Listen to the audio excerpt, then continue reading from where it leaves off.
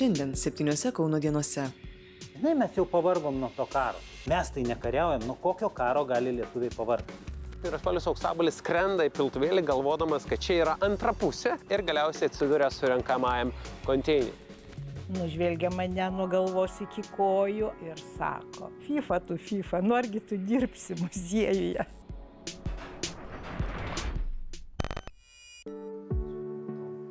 Lenktynininkas kaunietis Stasys Tarailė, automobiliai Ukrainai ir netikėtas gyvenimo posūkis.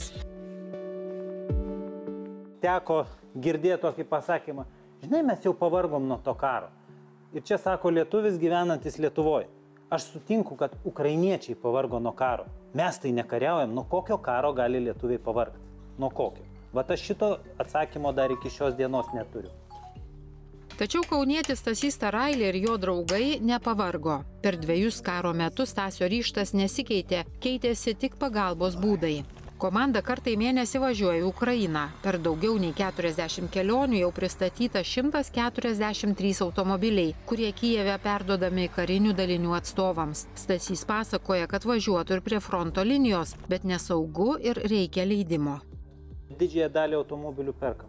Perkam dėl to, kad pačioj pradžioj žmonės masiškai visi puolė padėti, reikia, nereikia, kuom galėjo, tom padėjo. Laikas praėjo ir tiek tą pačią pagalbą, paramą surinkti žymiai sunkiau. Gerai, kad Stasys turi verslininkų rėmėjų, kurie nepavargo ir nenusisuko. Pats jokios finansinės naudos neturi, išskyrus padėką. Jis pasakoja, kad ukrainiečiai jau atsirinko, kas yra tikroji pagalba, o kas tinka tik šiukšlynui, nes pasitaikė tokiu atveju, kai lietuviai nori iškišti senas vos riedančias mašinas. Reiktų sąžinės tikrai žmonėm daugiau turėti, ne tik tai matyti kaip galimybę uždirbti, o tikrai kaip tai, kad šią dieną Ukraina laiko visos Europos frontą, tikrai didžioji dalis žmonių nesuvokia. Karas kažkur Ukrainai, mūsų tas neliečia. Mes esame iš tikrųjų sekantis po Ukrainos, jeigu tai paimti, kuriem grėsmė yra. Ukrainietė Irina Tovkailo yra folkroko grupės Taruta, dažnai koncertuojančios ir Lietuvoje narė. Jos darbas užklijuoti lipdukus ant automobilių ir surinkti informaciją, ko reikia frontui. Зараз українцям потрібні снаряди.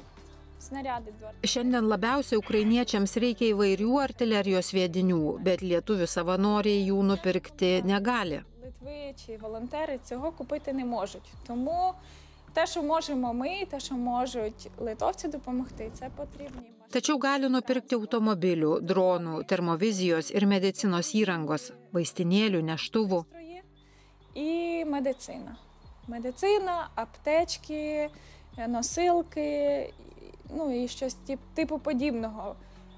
І зараз дуже багато деяких волонтерів, які Savanoriai aukoja maisto produktų. Taip, jie reikalingi, tačiau kariai nėra alkani. Jiems reikia sviedinių, technikos, transporto, logistikos priemonių. Треба логістику здійснювати. Тому за все Žinoma, už viską dėkojame. Įprastai automobilius Stasys remontuoja su draugais, tačiau šį kartą į pagalbą pasikvietė sūnėną. Tu nelaikyk rankų kišenėse, o žiūrėk. Šitą iškalk, šičia, ne? Bet pasimk va šitą varžtą. Tai va, užsidėk, iškalk turi šitą. Gerai. Jo. 11-okui labai patinka dėdės gyvenimo būdas, lenktynės ir automobiliai, tačiau ir karo grėsmė moksleiviui ne paskutinėje vietoje.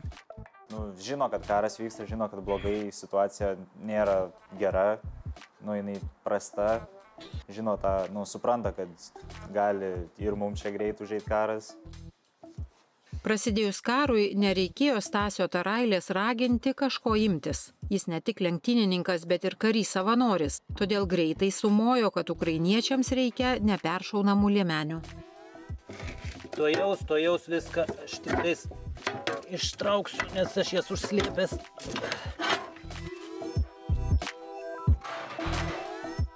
Stasio brolis Kalvis parūpino metalo. Pirmiausiai metalas buvo išbandytas šaudykloje vakarietiškais NATO, po to ir rusiškais šoviniais. Čia vienas iš pirmų pavyzdžių buvo. Nusivežėm šitą plokštę. Čia matosi šūvio. Čia visi NATO šoviniai. Jie atlaikė. Šitą plokštę atlaikė šūvius. Pradėjom rusiškai šaudyti kiaurai. Atradę tinkamą metalą, atlaikiusi ir rusiškus šovinius, pradėjo gaminti liemenes. Idėja gera, tačiau pakelti 8 kg svorį ir dar su juo kariauti reikėjo nežmoniškos jėgos. Kai ateina ta diena, žmogus padaro labai daug ką gali padaryti. Yra tokių pavyzdžių, kai šoko būsenoje adrenalino tiek sukyla, kad automobilį gali pakelti žmogus. Nors iki to laiko jisai ten 20 kg sunkiai kėlė. Situacija pati priverčia šitą padaryti. Tai va, o kitas dalykas, kas su šitom liemenėm, tai yra svarbus greitas nusiėmimas liemenės. Šonus atsisegiai, viskas, jinai nukritus. Šiandien ukrainiečiai patys gaminasi liemenes ir dar gauna vakarietiškų 4 kg lengvesnių, o Stasys užsiema kitais darbais. Labą dieną. Mano detalės šičia. Ačiū. Ką prašė, tą ir dėjom, ir davėm, rėmėm, kiek galėjom. O paskui ką, asmeniškai pinigais prisidedam. Trumpaisiais numeriais telefonai. Tai užsitęsė truputėlį, gaila, kad taip ilgai viskas. Reikėjo uždengti dangų, kaip Zelenskis prašė, ir būtų tvarka. Stasio Tarailės šeima, galima juokais sakyti, tikras lenktynininkų klanas. Viskas prasidėjo nuo senelio pomėgio. Jo mama taip pat greitai susirgo šią ligą. Lenktyninėse susipažino ir su Stasio tėčiu. Pats Stasys svajojo kuo greičiau užaugti ir dumti paskui tėvus. Užtat jam ir šiandien visai nesunku nuvairuoti iki Kijevo. Vairuojant be poilsio, ilgoje kelionėje visko nutinka – avarijų ir automobilio gedimų. Kartą Lenkijos kelyje kaunietis nepastebėjo didelės duobės. Lenkai visą parą remontavo automobilį. Baigėsi tom, kad galiausiai aš pasiėmiau įrankius pats, savo įrankius pasiėmiau ir viską pats pasidariau pas juos servise ir finale dar susimokėjau už remontą jį. Kaip keistai beskambėtų, tačiau karas Stasiui atnešė meilę. Taip, tai ta pati Jarina. Mergina sako, niekada negalvojusi apsigyventi Lietuvoje, save laikiusi Ukrainos patriote. Jarina po Krymo aneksijos tapo savanore.